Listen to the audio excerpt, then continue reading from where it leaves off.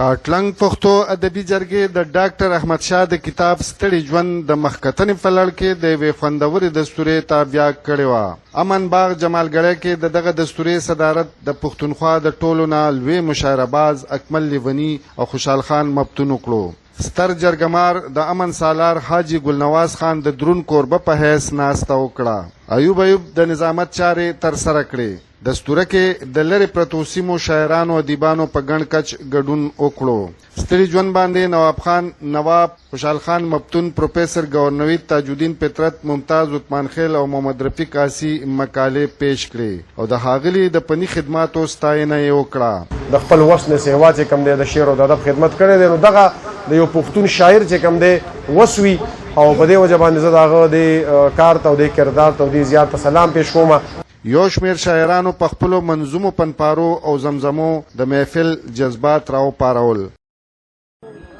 کیسې چې د حایس کوي د ستورو قافلو ته، زما د ستړي ژوند ستړي کیسې مه هېروه.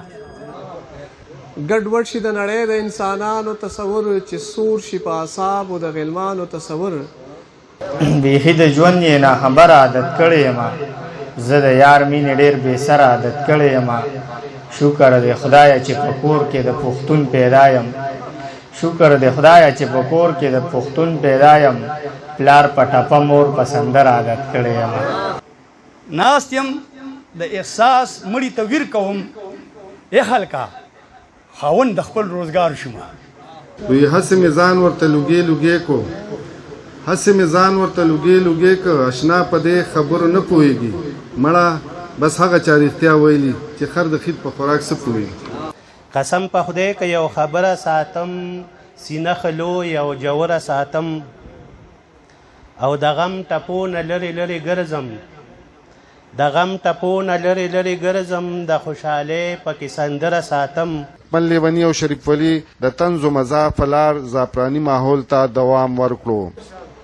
چې کتاب د احمد شاه د ستړي ژوند، نو که دروغ دی او که رښتیا دی ستړي ژوند، او که جونګړه کې څوک اوسي او که محل کې، که جونګړه کې څوک اوسي که محل کې، د ګدا او د بادشاه د ستړي ژوند.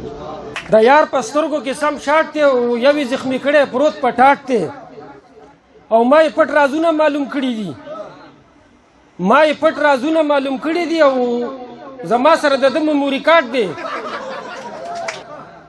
شریف ولی وایي جانانه اوس ډاډه راځه، او د غماز مې زخمي کړی سپینل کارت دی. د جرګې سپیکر مبارز حاجي ګلنواز خان شاعران ادیبان د ټولنې د امنیت، محبت او د ژوند ځواک عملی سفیران وګرځول او وی ویل چې شاعر نظر لري، فکر لري، لارښود دی، د ټولنیز ژوند انعام دی، د امن دوام او د قومي وحدت امام دی.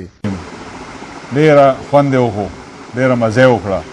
داسې محفلې انشاءالله چې دا به بار بار کوو، د ټولې صوبې پروګرام به کوو. دا به د معاشرې ته مونږ یو ښکلا ورکو، یو خیر به ورکو، یو پیغامي دار شاعرۍ کې. د ژوند هم دا مزه ده، پیسې ګټل د ژوند مزه نه ده.